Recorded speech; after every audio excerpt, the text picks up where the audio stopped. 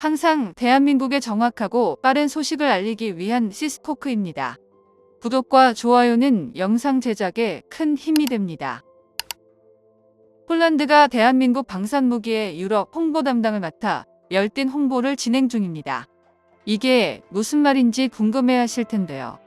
바로 폴란드에서 열린 유럽 최대 에어쇼 라돔에어쇼에서 한국산 FA-50 전투기를 하이라이트에 세워 화려한 비행을 선보였습니다. 지난 8월 15일 폴란드는 국군의 날 군사 퍼레이드에서 한국에서 구매한 FA-50GF 2대를 국민들 앞에 보인 데 이어 두 번째 공개 비행이었는데요. 폴란드 국민들은 한국의 FA-50GF에서 자국군의 미래를 보았고 이때 받은 호평과 환영을 바탕으로 폴란드 정부는 더 많은 FA-50GF를 구매하기 위해 한국에 더 적극적으로 다가서고 있습니다. 대한민국이 폴란드와 무기 수출 계약을 체결한 지 1년도 채 안 되는 빠른 시간에 보내준 FA-50GF는 이제 유럽 시장에 성공적인 대비를 마치고 많은 국가들의 관심을 한 몸에 받고 있습니다. 폴란드 군사 퍼레이드에서 강렬한 인상을 남긴 FA-50은 이번에는 폴란드가 주최하는 국제 에어쇼에 참가해 유럽 시장을 향해 한국의 기술력을 뽐냈습니다. 지난 27일 폴란드 라돔공항에서 열린 라돔 에어쇼는 폴란드 군사제 산청이 주최하는 국제전시회로 올해는 20만 명 이상의 관람객이 다녀가 역대 최대 규모의 기록을 남겼습니다. 영국, 독일, 프랑스, 스위스 등 유럽 주요 국가들은 20개 기종의 항공기를 참가시켜 20만 관람객들에게 자국산 무기체계를 홍보하는 데 여념이 없었는데요. 하지만 역시 이번 라돔 에어쇼의 진짜 주인공은 폴란드가 선보인 대한민국의 FA-50이었습니다. 국군의 날 행사에는 2대가 출격했다면 이번에는 4대가 출격해 뛰어난 작전 성능과 호환성을 입증해 유럽 국가들을 향해 강인한 인상을 남겼습니다. FA-50은 미그 29 대비 공대공 공대지 무장 능력과 능동전 자식 위상 배열 레이더 기반의 탐지 능력, 공중급유 기능 등의 사양을 갖추고 있고 무엇보다 서방 무기 체계와의 호환성을 갖고 있습니다. 여기에 상대적으로 저렴한 운용 유지 비용 등에서 경쟁국들의 무기들을 압도하기 때문에 유럽 시장에서 주목을 받고 있는 상황인데요. 한국항공우주산업 카이는 라돔 에어쇼에 공식 스폰서로 참가했기 때문에 더욱더 마케팅 효과를 거둘 수 있었습니다. 한국은 라돔 에어쇼에 FA-50뿐 아니라 KF-21 전투기, 소형 무장 헬기, 수직 이착륙 무인기 등 차세대 주력 라인업을 선보이면서 방산 무기 시장의 새로운 강자로 떠오른 면모를 유감없이 보여줬는데요. FA-50을 만든 한국항공우주산업 카이는 이번 에어쇼 기간에 폴란드 마리우시 부아슈차크 부총리 겸 국방장관 및 유럽 각국 공군 고위 관계자와의 면담을 통해 폴란드 후속 사업 및 신규 시장 개척을 위한 협력 방안을 논의해 주목받았습니다. 폴란드 국방장관은 라돔 에어쇼 공식 후원에 감사하다며 FA-50GF의 빠른 납품에 따른 폴란드 공군의 전력 강화를 통해 외부의 위협에 강력하게 대응할 수 있게 됐다며 한국에 거듭 감사를 표했는데요. 강구영 카이 사장 역시 유럽 주요 인사와의 면담을 통해 카이의 제품에 대한 높은 관심을 확인할 수 있었다고 말해 이번 라돔 에어쇼가 폴란드를 유럽 시장 마케팅 거점으로 삼고 유럽 내 노후 전투기 교체 수요가 있는 국가들을 대상으로 한국 항공기의 우수성을 홍보할 수 있는 중요한 기회가 되었다는 것을 말해줬습니다. 그리고 이때 해외 항공 전문지에서는 한국 항공우주산업 카이의 FA-50 전투기 사업의 성공을 비중 있게 소개했는데요.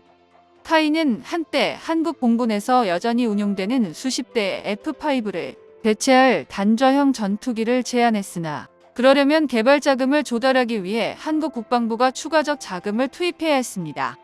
하지만 당시 한국항공우주산업의 역량은 차세대 전투기 KF-21 개발에 모든 것을 쏟아붓고 있어서 여력이 없었는데요. 그래서 카이는 새로운 전략을 세웠는데 바로 한국 정부의 자금 의존도를 줄이고 제품의 수출 잠재력에 집중하는 것이었습니다. 여기에서 FA-50의 단저형인 F-50의 개발 가능성이 드러났는데요. FA-50의 폴란드 수출은 그동안 카이가 단순히 자사 제품만으로는 접근하기 어려웠던 유럽 시장으로의 접근을 가능하게 해준 사건이었습니다. 실제로 카이에서는 FA50을 유럽 시장으로 넓히기 위한 방법을 고심 중에 있었는데요. 카이는 FA50의 폴란드 수출 성공을 바탕으로 앞으로 유럽은 물론 아프리카와 북미, 이집트, 중동까지 교두보를 마련하는 동시에 남미 시장에서도 카이 입장을 강화하려고 하고 있습니다.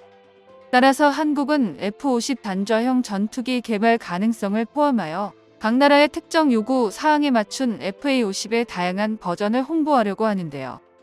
현재 세계 각국에서 수백 대의 미그 21, F-5, A-37, A-4, L-39 등 기타 오래된 훈련기 및 전투기들이 추후 기술적으로 진보되고 더욱 경제적인 항공기 모델로 교체될 예정입니다. F-50과 FA-50은 이런 시장에 800대에서 1000대에 달하는 수출 활로를 창출하고 이를 통해 카이는 가장 큰 점유율을 차지할 전망입니다. 결국 대한민국 카이는 미국 보잉사나 에어버스와 경전투기 시장을 두고 제대로 한판하려고 준비 중인데요. 그동안 인기 기종이었던 F-16 초기용들은 등장한 지 40년이 가까워져 퇴장할 시기에 다다랐고 그 뒤를 이어야 할 F-35는 너무 비싼 데다 미국이 많은 국가에 제공해 주지도 않았습니다. 결국 각국에서는 두 기종을 병행하는 방식을 채택했는데요.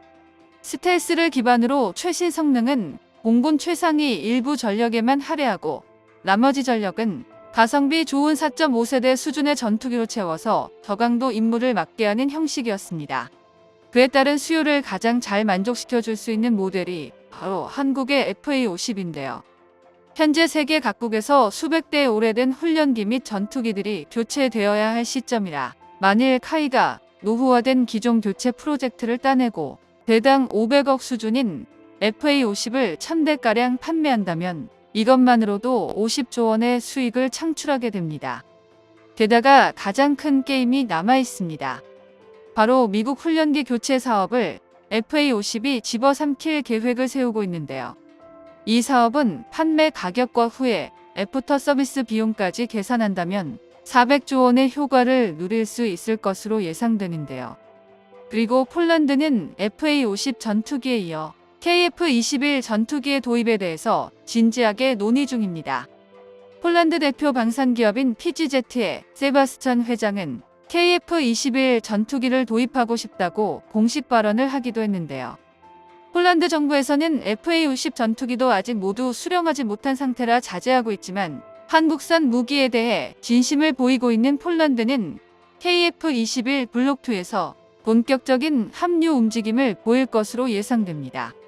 이처럼 유럽 시장을 포함해 전 세계에서 활약하는 한국산 전투기는 대한민국 국기를 달고 전 세계로 퍼져나갈 것입니다. 정보가 도움되셨다면 구독과 좋아요 부탁드립니다. 이상 시스코크입니다.